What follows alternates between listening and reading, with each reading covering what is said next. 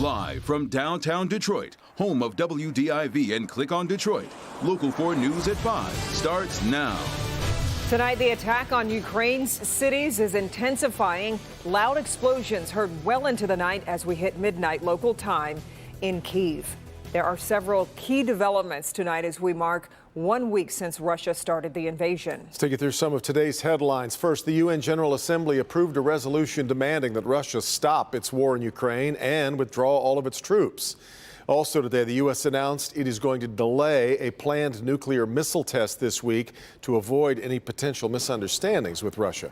Meantime, powerful explosions have been reported in central Kyiv near the Ukrainian Defense Ministry. Anguish and devastation as Russia expands its assault on key Ukrainian cities. Ukrainian President Volodymyr Zelensky pleading for more international assistance, but staying resilient. We've hardly slept for 7 nights.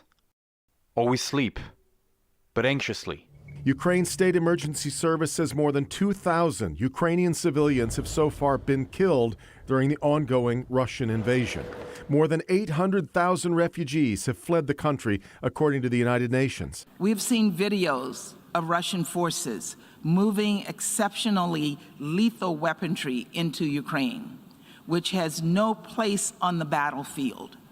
That includes cluster munitions and vacuum bombs, which are banned under the Geneva Convention. Across Ukraine, residents try to defend their country. This video showing hundreds of people blocking Russian forces from accessing a nuclear power plant in southeastern Ukraine. They will destroy us.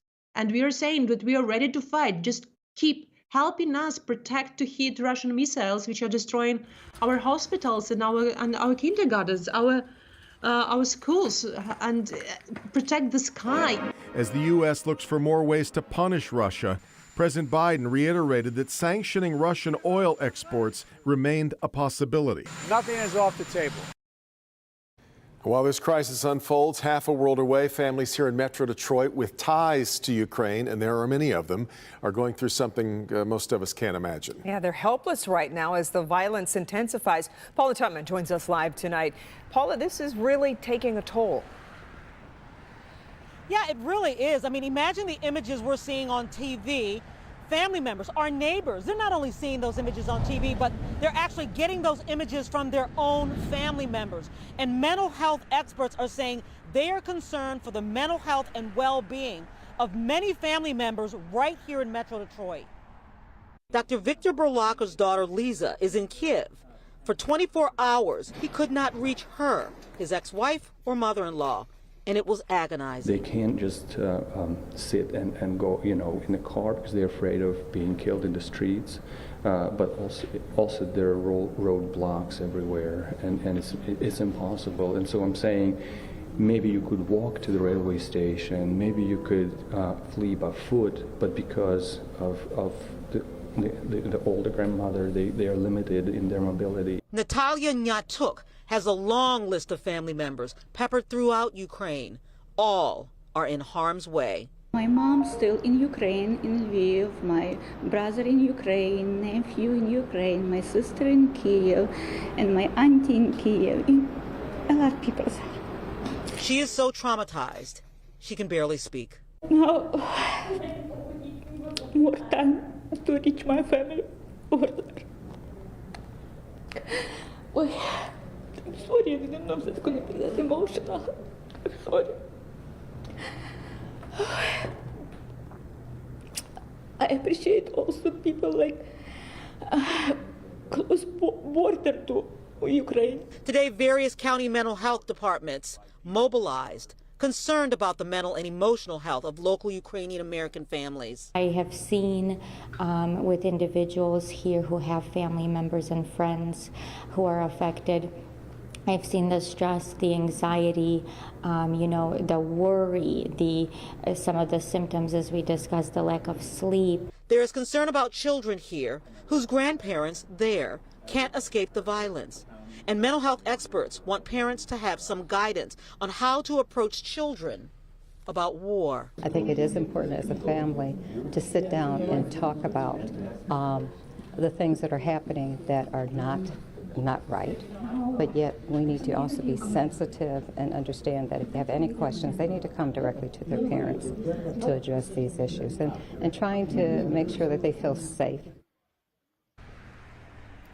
Yeah, you know, it's not just a war over there. It is a war right here for so many of our neighbors. Mental health experts want parents to know they are not alone. They don't need to go it alone. Every single county has a mental health authority of some sort. They are there to help. And in fact, our web guru, Ken Haddad, has put a resource list on our website, clickondetroit.com. Kimberly. Okay, Paula, we appreciate it. And our coverage of the war in Ukraine continues at 5:30. What the crisis means for Paul Whelan, why his family thinks it could make his release possibly happen sooner. Also, how gasoline prices are hitting delivery drivers. And then at 6, the local restaurant that donated all of its proceeds to Ukraine today. And boy, did people respond. All right, let's turn quickly now to the weather because we've got some rain, but also some snow on the way, it looks like. Let's get over to Paul Gross and a look at the timeline. Hi, Paul. Yeah, hey there. We have a little bit of everything coming our way, and wait till you see the 7-day. I mean, you really need to stick around for about another 10 minutes and see the 7-day. But right now on Storm Tracker 4, you can see that we have mainly light raindrops there in the northern half of the area, and we've been watching for any changeover to snow. I mean, let's just bring this map south. There's really not a lot of changeover here. The front itself, the cold front, is cutting right across Saginaw Bay right now, so that's still quite a ways away before it comes through the area. And we had a little bit of light snow in the northern part of Sanilac County, that moving off to the east over Lake Huron right now. So you can see a lot of clouds here over Ann Arbor, live sky cam shot. Temperatures are in the 40s across the area, and wind chill's not too bad because the wind is not very strong. Through the evening hours, initially staying mild near 40, but once the cold front goes through, dropping to freezing by 11, 12 o'clock tonight. So just watch out for a possible glaze on the road if you're out late this evening, but we're fine early this evening. Back with the rest of the forecast in just a few. Ford Motor Company today announced it is changing the way it does business, and electric vehicles will, perhaps no surprise, lead the way. Company making the decision to split the company under one roof as opposed to spinning off the electric business the way that some on Wall Street wanted. As business editor Rob Maloney tells us tonight, Ford has Tesla in its crosshairs. Ford Motor Company telling us today that it's going to continue doing its business out of the glass house here, but it's changing its priorities, making electric vehicles the main focus, taking all the constraints off of it, while over time winding down its traditional internal combustion engine business. It's called Ford Plus. Earlier last year, they created the Ford Pro division for commercial vehicles. Now alongside it is the Ford Model E for its electric vehicles and Ford Blue for its internal combustion engine business. They call that ICE. The idea, ramp up EV production to 2 million vehicles a year by 2026 and at the same time increase profitability to 10% and cut costs by $3 billion. Ford CEO Jim Farley explained. Our corporate structure is holding us back. It does not allow us to focus. We need the ICE business to be cash generating and serving those iconic brands. And we need our electric business and digital business to be about innovation. Innovation driven by the high-tech team moving into the Michigan Central Train Building next year. Model E Digital Systems Officer Doug Field, fresh to Ford from Apple, had a unique take on what they'll do and who they're hiring. Being able to start from scratch, go deep on the technology, and be really focused on building great talent. We want the best people. I don't care if they come to work in bunny slippers. Auto analyst Sam Al-Balsamid says Ford is inspired by Tesla to make these moves, much like what it did in building the Mach-E. And then they pivoted and essentially copied almost the entire Tesla playbook for how they do product development. And that's what they're trying to expand on now, is to have a more nimble, more agile process. Ford says it's going to be making those cuts in the Blue division and that it could mean job cuts. In the meantime, the UAW says they're on board but want to save as many jobs as they can. In Dearborn, Rod Maloney, Local 4. All right, Rod. Bunny slippers. Ford also announced today it is going to overhaul its dealer network, telling dealers that they need to learn to specialize. That means many will offer products from differing divisions, not necessarily all of them. All right, let's turn to today's coronavirus numbers. The state reporting 2,105 new cases over the past 2 days, so we've jumped back above the 1,000 case a day mark. That's 1,050. 233 more deaths are also being reported, 207 from a Vital Records review. And the decline in the 7-day moving average continues. 3 Mondays ago, we were averaging 2,100 cases per day. Today, that number is just above 1,000. And as the country enters the next phase of the pandemic, the White House is releasing its new strategy to manage COVID-19. It's a 96-page plan focused on ushering in a period of normalcy while also planning to respond to future variants.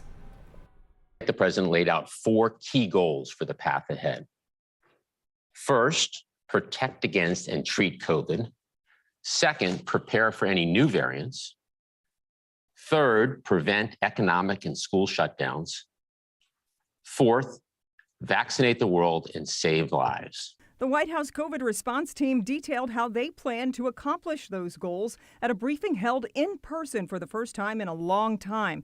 A top priority, creating quick, easy access to COVID treatments for people at high risk, a major missing link in the current system. The president's plan launches a new Test to Treat initiative to provide individuals access to testing and treatment for free, all in one stop. Hundreds of one-stop sites will open across the country this month, located at local pharmacy clinics. To spot new variants and COVID spikes sooner, the plan calls for expanded genetic sequencing and monitoring more than 600 wastewater testing sites. For SARS-CoV-2, wastewater can detect an increase in cases 4 to 6 days before we might see these cases show up through a rise in positive tests. There will also be increased efforts to help vaccinate the world. Clearly, the virus does not recognize national borders. To protect the American people and our economy, we must defeat the virus everywhere. Many aspects of the plan will require more funding from Congress. The briefing did not provide any specific figures, though, on how much.